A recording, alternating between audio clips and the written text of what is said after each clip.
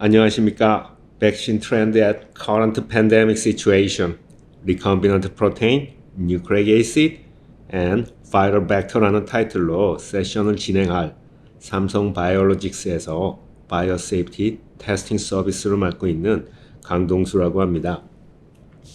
먼저 이렇게 발표할 수 있는 자리를 만들어주신 주최 측에 감사드립니다. 이번 세션은 조금은 일반적인 많은 분들과 새로운 백신 트렌드에 대해 공유하고자 부선의 저널 클럽 자료와 비전문가에게도 쉽게 다가갈 수 있는 퍼블릭 인포메이션을 이용하여 준비했습니다. 레퍼런스로서 출처는 각각의 슬라이드에 명시되어 있습니다. 코비드-19 사태로 모든 분들이 직간접적으로 일상생활에 불편을 느끼실 줄 압니다. 지난 주말 기준으로 전 세계적으로 2,300만 명 이상 감염되었으며 이미 80만 명 이상 희생되었고 매일 20만 명 이상의 새로운 감염자가 발생 중입니다. 코비드-19 극복을 위한 백신을 개발함에 있어서 전통적인 백신 외에 어떠한 접근이 이루어지고 있는지 알아보겠습니다. 백신 소개에 앞서 현대 백신의 아버지라고 불리는 한 번쯤은 들어보셨을 에드워드 제너, 루이스 파스테르, 요나스 솔트, 알버트 사빈과 함께 백신의 선구자로 불리는 닥터 모리스 힐먼에 대해 간략히 소개하고 지나가겠습니다. 현재도 사용 중인 8종의 백신을 포함하여 40여 종의 사람과 동물을 위한 백신을 개발하였으며 침샘이 붙는 유행성 이하선염인 멈프에 걸린 본인의 자녀로부터 멈프 바이러스의 분리, 배양에 성공하여 멈프 백신을 개발하였습니다. 필수 백신 중 하나인 MMR이라고 불리는 홍역, 미슬스, 풍진, 루벨라, 그리고 멈프 3종 혼합 백신을 개발한 장본인이기도 합니다. 다국적 제약사인 머크에서 은퇴를 하였으며 그의 공적을 기려 노스캐롤라이나 더햄에 위치한 머크의 백신 생산 공장도 그의 이름을 사용하고 있습니다. 에이즈를 일으키는 HIV를 발견한 로버트 갤러 박사는 휴먼 헬스에 기여한 위대한 백신 과학자 중 하나라고 극찬한 바 있습니다.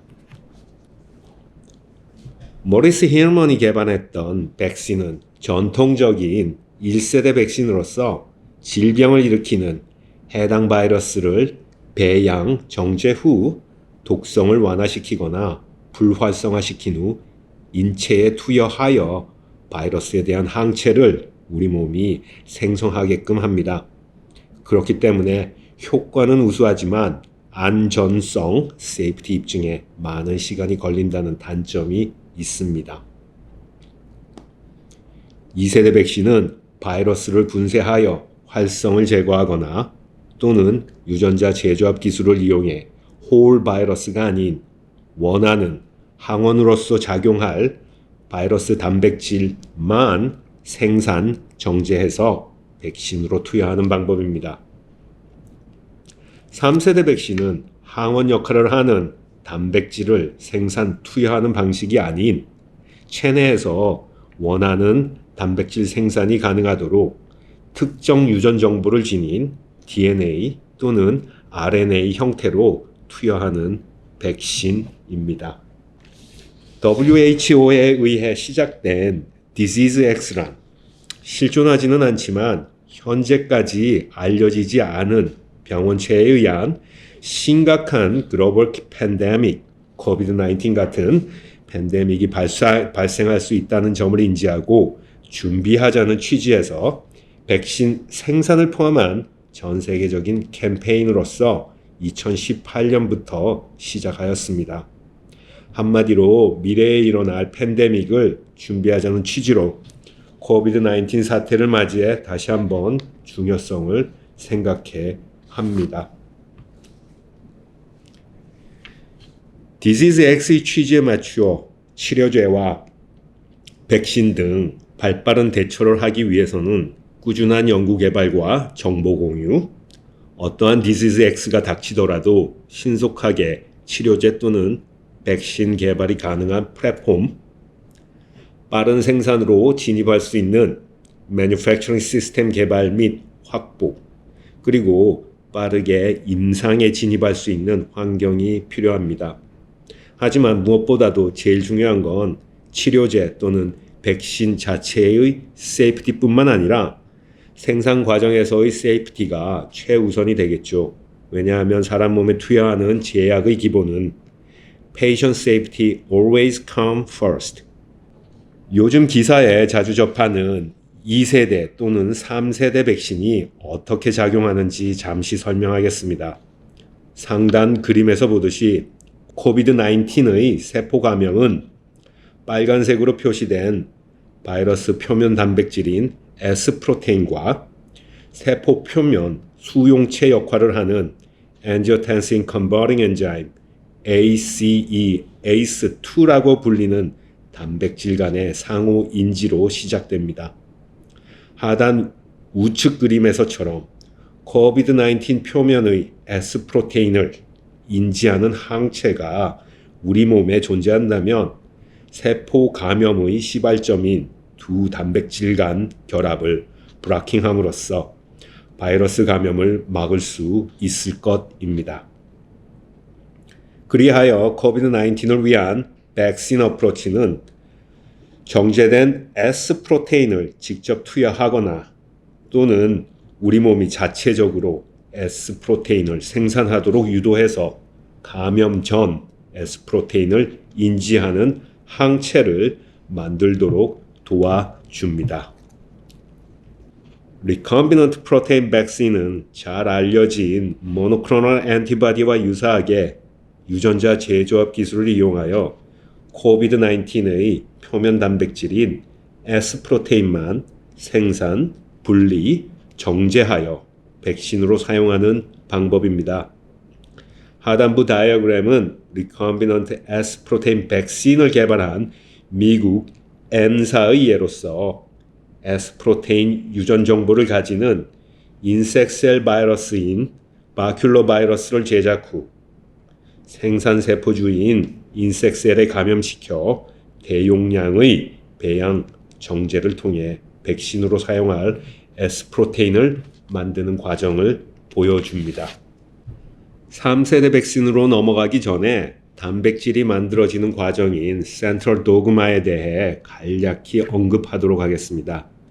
왜냐하면 3세대 백신은 S 프로테인을 생산 제조하여 투여하는 것이 아니라 인체를 공장으로 사용하여 S 프로테인을 만들기 때문입니다. 세포는 유전 물질인 DNA가 위치하는 핵, 뉴클레우스와 세포의 일상생활에 필요한 영양분, 단백질 합성, 메타볼리즘 등이 일어나는 세포질, 사이토졸로 나누어질 수 있습니다.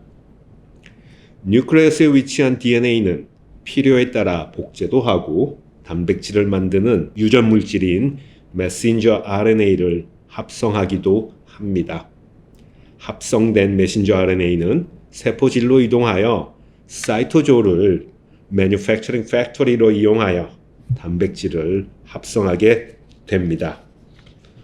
3세대 백신 중 하나인 메신저 RNA 백신의 구조는 S 프로테인의 유전 정보가 위치한 Gene of Interest, 그림에서 보여지듯이 GOI, 메신저 RNA의 자연적 분해를 지연시키고 단백질 생산을 돕는 CAP, UTS라고 불리는 Untranslational Reason, 그리고 폴리 A 테일로 구성되어 있으며 나노파티클이라고 불리는 미세한 기름방울과 함께 접종 후 세포질로 전달, 이동하여 S 프로테인을 생산하게 됩니다. 하단 그림은 미국 M사에서 개발한 메신저 RNA 백신의 예입니다. 가장 큰 장점 중 하나는 Disease X 개념에 상응하는 Flexible Platform으로서 새로운 백신이 요구될 때마다 원하는 항원의 유전 정보만 바꾸어 셔틀 시스템으로 적용할 수 있다는 점입니다. 다음은 바이럴 벡터입니다. 바이럴 벡터는 표적 암 치료제나 유전자 치료제로 사용되는 아데노바이러스를 예로 들어 설명하겠습니다. 아데노바이러스는 계절성 감기를 일으키는 바이러스입니다. 아데노바이러스 자체의 유전 정보에서 인체에 해가 되는 부분을 제거하고 S 프로테인 유전 정보를 삽입 후 대량 생산 과정을 거쳐 분리 정제된 바이러스를 백신으로 사용하게 됩니다. 우측 그림에서 보듯이 바이러스라서 감염성이 탁월하며 감염된 세포에서는 S 프로테인을 생산하게 되고 우리 몸은 생성된 S 프로테인에 대항하는 항체를 만들게 됩니다. 결국 아데노바이러스는 유전자 이동을 위한 도구, 진 캐리어로서 이용하게 되는 셈이죠. 현재 임상 진행 중인 COVID-19 백신의 발표된 결과를 요약하면 지금까지 설명드린 2세대 그리고 3세대 백신 후보군을 투여했을 때 단기적으로 안전성, 세이프티는 확보된 듯 보이며 임상 3상을 시작했거나 시작할 예정입니다. 컨발레센트란 COVID-19에 대한 항체를 함유하고 있는 COVID-19 감염으로부터 회복된 환자의 혈액 샘플인데 백신 접종자의 S 프로테인에 대한 항체 생성을 컨발레센트와 비교했을 때 설명드린 차세대 백신으로서의 효능은 어느 정도 입증된 상황입니다. 백신이나 치료제가 이용 가능해지기까지는 우리 자신이 COVID-19 감염으로부터 보호해야 합니다.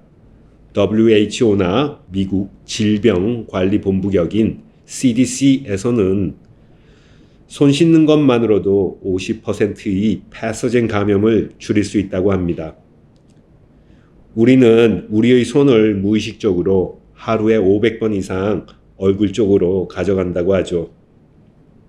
마스크의 착용은 80% 이상의 감염 및 전파력을 차단합니다.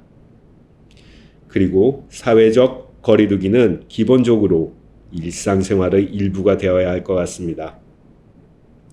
이로써 오늘 준비한 세션을 마무리 짓도록 하겠습니다. 어려운 상황 속에서도 오프라인, 온라인으로 시간을 내주셔서 감사하며 질문이 있으시면 이메일이나 주최 측을 통해 답변해 드리도록 하겠습니다. 감사합니다.